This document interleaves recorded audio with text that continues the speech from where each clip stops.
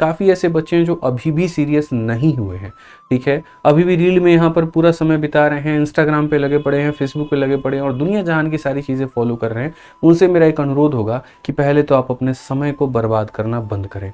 देखिए सीधी सी बात है, अगर खेती करनी है, अगर पौधा उगाना है, तो पहले ज़मीन को मेरे भाई फर्टाइल बनाना पड़ेगा, उपजाऊ बनाना पड़ेगा। जब तक ज़मीन आपकी उपजाऊ नहीं होगी ना, तब तक उसके ऊपर में कितनी भी अच्छी बीज डाल लो, कितना भी अच्छा मेरे भाई यहाँ पर जो है पानी दे दो, उसको सब सेवा कर दो, वो मेरे भाई फसल बहुत अच्छी नहीं होने वाली है।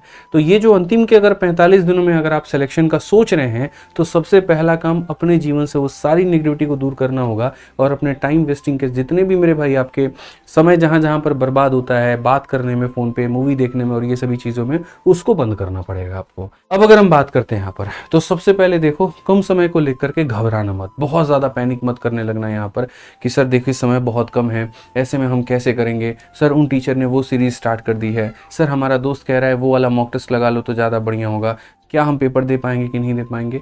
तमाम तरह की सारी बातें, 2025 का कैलेंडर आ गया तो सर इसमें तैयारी करें, अगली तैयारी करें, ये सारी बातें पहले तो पैनिक करना बंद करो। छोटी छोटी बात बताऊंगा, उसको फॉलो करोगे, ये मेरे भाई ऑटोमेटिक आपका पूरा का पूरा पैनिकनेस खत्म हो जाएगा। तो पहला टाइम वेस्ट बंद करना है, दूसरा पैनिक करना बंद करना है, क्योंकि मैंने अच्छे अच्छे कैंडिडेट का पेपर खराब होते देखा है सिर्फ और सिर्फ पैनिक होने के चलते। कई बार ऐसा होता है मेरे भाई, समय तो बहुत पर्याप्त है लेकिन ज़रूरत से ज़्यादा चिंता आपको मेरे भाई चिता में लटा देती है, तो वो काम ना करें। चिंता उतना ही करें जिससे चिता में जाने की आवश्यकता ना पड़े, नहीं तो पता चले कि पूरा सिलेबस लेटा पड़ा है और आप मेरे भाई बर्बाद हो चुके हैं सिर्फ अपने अत्यधिक चिंता करने की वजह से। तो ऐसा कुछ होने वाला नहीं है। बहुत बच्चों को मैं देखता हूँ, सर 6 महीने का मुझे वक्त मिला, ठीक है, मेरे माँ बाप ने इतने ही का समय दिया है और इसी में मुझे नौकरी लेनी है, तो ऐसी चिंता व्यर्थ है, होने वाला कुछ भी नहीं है। जब तक आप परिपक्व नहीं हो जाएंगे तब तक आपको सरकारी नौकरी मिलेगी नहीं, तो अपने आप को परिपक्व बनाना पड़ेगा। अब सबसे पहली बात यहाँ पर क्या नहीं करना है, तो देखिए एक साथ बहुत कुछ पढ़ने के चक्कर में सब कुछ गड़बड़ ना करें। यहाँ से ये भी समेट लेते हैं, वहाँ से वो भी समेट लेते हैं, वहाँ से वो भी समेट लेते हैं। आपके टेबल का भार जितना बढ़ेगा उतना ही आपके दिमाग का भी भार बढ़ेगा, उतना मेरे भाई रिवीजन में आप कम समय दे पाओगे और आप कन्फ्यूजन में उतना ज़्यादा पढ़ते जाओगे। तो अपने सोर्सेज को बहुत लिमिटेड करना है। पहले हम आपको बता दें, फिक्स कर लो कि मैथ यहीं से करेंगे मेरे भाई, रीजनिंग यहीं से करेंगे, जीएस हम यहीं से करेंगे, साइंस हम यहीं से करेंगे, ठीक है। हर टीचर अपने आप में पर्याप्त है, हर टीचर अपने आप में बहुत शानदार पढ़ा रहा है, इसीलिए तो उसके पास से सिलेक्शन हो रहे हैं।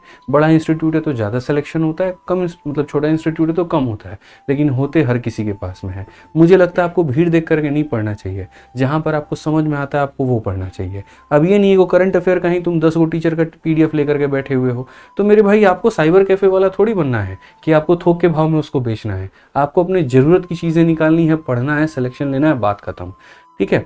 तो यहाँ पर बहुत ज़्यादा कंटेंट के पीछे मत भागना, ठीक है। अब उसके बाद क्या नहीं करना है हमें, सिर्फ एक और बात, सिर्फ मैराथन एवं वीडियो के भरोसे ना रहें, अधिक से अधिक सेल्फ स्टडी करें। आज के समय में देखता हूँ जैसे छोटी छोटी परीक्षाएं हो जाती हैं, यूपी कांस्टेबल की परीक्षा हो गई, रेलवे की परीक्षा हो गई और बाकी और परीक्षा हो गई। मेरे भाई इनके जो बच्चे होते हैं ना, वो ज़्यादातर मैराथन में बिलीव करते हैं कि ये सर ने मैराथन चला दी, खाली उसको देख लेते हैं, हमारा नैया पार हो जाएगा।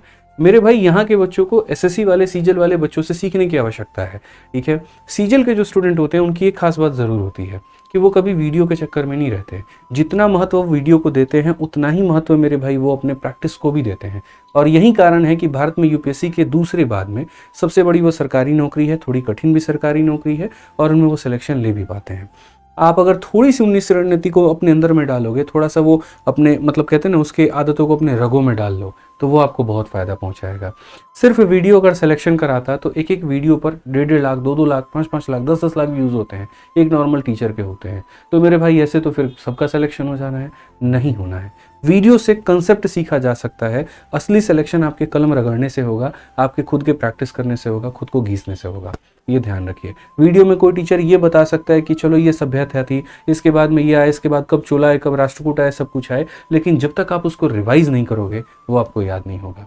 फिर वही बात होगा मेरे भाई, राष्ट्रीय युवा दिवस पूछ लिया जाए, 11, 12, 13, 14 4 ऑप्शन दे दिए जाए तो कंफ्यूज हो जाओगे कि यार कौन सा ऑप्शन सही था, ठीक है। तो जितना इंपॉर्टेंट पढ़ना है उतना ही इंपॉर्टेंट मेरे भाई प्रैक्टिस करना भी है, सेल्फ स्टडी के ऊपर में ज़्यादा से ज़्यादा फोकस करना है। और चाहे गणित हो या रीजनिंग हो, जितना इंपॉर्टेंट लॉजिक को याद रखना है उतना ही इंपॉर्टेंट मेरे भाई उसके ऊपर में सवाल उधेड़ना भी है, ये ध्यान रखना अपनी, ठीक है। नेक्स्ट बात क्या नहीं करना है, उसमें एक और बात अपना ऐड कर लो कि भैया अपनी रणनीति मत बदलना। छोटी मोटी चीज़ें इंसान बदलता है, लेकिन अपने पूरे स्ट्रक्चर को मत बदल दो। जैसे कई ऐसे बच्चे हैं जिन्होंने अपना फिक्स कर रखा है कि सर हम पहले मैथ करते हैं मॉक टेस्ट में, फिर रीजनिंग करते हैं, फिर उसके बाद में हम साइंस बनाते हैं और फिर जीएस बनाते हैं। अब पता चले किसी दूसरे की बात सुन ली और पूरा तरीका ही बदल दिया, या पढ़ने के अपने सोर्सेज ही बदल दिए। आप कोई एक्स किताब लगा रहे थे, एक्स टीचर से पढ़ रहे थे, आपको बेनिफिट मिल रहा था, आपका गणित इंप्रूव हो रहा था, लेकिन हवा कुछ और बन गई। किसी और टीचर ने मेरे भाई अपना जो है बहुत बड़ा तांडव और अनाउंसमेंट लेकर के आ गया जिसमें मैं भी हो सकता हूँ, हो सकता है मेरे भाई, ठीक है। अब आप उस चीज़ में प्रभावित होकर के अपने रीजन को छोड़ दे रहे हो, ये मत करना। जब मैं स्ट्रेटजी बताता हूँ तो पूरी ईमानदारी के साथ मैं बताता हूँ मेरे भाई, यहाँ पर इस बात को हमेशा ध्यान रखना। मेरी कोशिश ये होती है कि हर वो चीज़ आपके फ़ायदे की मैं बोल पाऊँ जिससे आपका बेनिफिट मिल पाए। तो लास्ट समय में रणनीति बदलने की ज़रूरत नहीं है। पता चले यहाँ पर कि 5-5 हज़ार 6-6 हज़ार बच्चे पटना के घाट पे सेट लगा रहे हैं, तुम्हारा सिलेबस कंप्लीट नहीं है, और भाग गए मेरे भाई उन बच्चों के चक्कर में कि सेट लगाने से सिलेक्शन होगा, ले भाई चलते हैं, और वहाँ पर जा करके आधे अधूरे सिलेबस में जख्मी हालात में तुम वहाँ पर हो और फालतू का टेंशन घर पे लेके आ रहे हो। अरे बाप रे 80 नंबर बना, तोर कितना बन लो रे, 100 नंबर बना, तोर कितना बना रहे ओकर तो 140 बनल बटे। अरे तो जगह 140 बनल बा ओकरा से पूछ ले को महीने से ऊपर तटे, आ तू को महीने से पढ़ा शुरू कैले बड़ी। तो कई सारा बात होता है मेरे भाई यहाँ पर। आप ये तो देखो कि वो कितने महीने से पढ़ रहा था, कितने समय से पढ़ रहा था।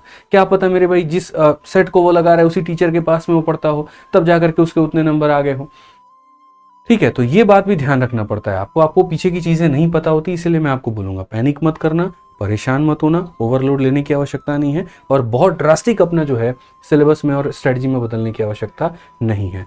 सिंपल सी बात है सर यहाँ पर, ठीक है। अगर आपका सिलेबस कंप्लीट नहीं है, अगर आप रिवीजन नहीं कर रहे हैं, आप दुनिया के किसी टीचर से पढ़ लीजिए, कोई सोच फॉलो कर लीजिए, कोई रणनीति अपना लीजिए, सिलेक्शन नहीं होगा।